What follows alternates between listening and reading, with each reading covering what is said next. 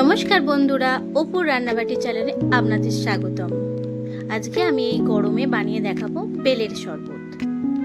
প্রথমে একটা বড় বেল নিয়েছি, পাকা বেল, মিষ্টি বেল। তার সমস্ত শাঁসটা বার করে নেব হাত দিয়ে।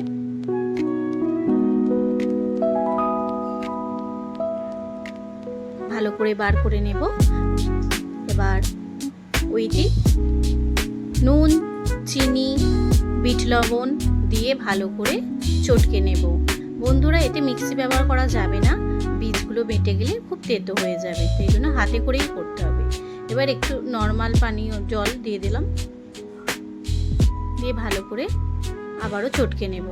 নিয়ে শক্ত অংশগুলো ভালো করে কষে নিয়ে এবার একটা ছাঁকুনি নিয়ে বেলের কাঠটা বার করে নেব,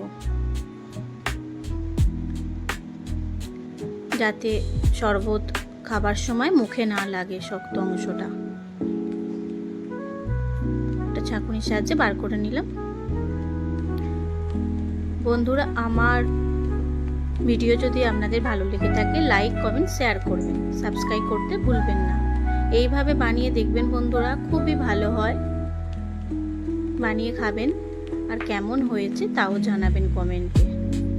এবার ফ্রিজের ঠান্ডা জল দিয়ে দেব, লেবুর রস দিয়ে দেব, দিয়ে হাতার সাথে ভালো করে নাড়িয়ে নিয়ে এবার গ্লাসে তুলে নেব।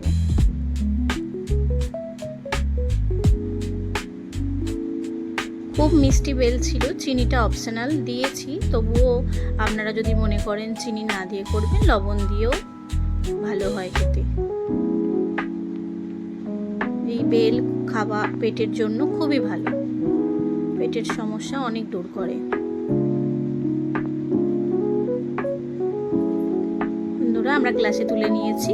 এবার কিছু বরফের টুকরো দিয়ে দেব আর পুদিনা পাতা দিয়ে সাজিয়ে নেব।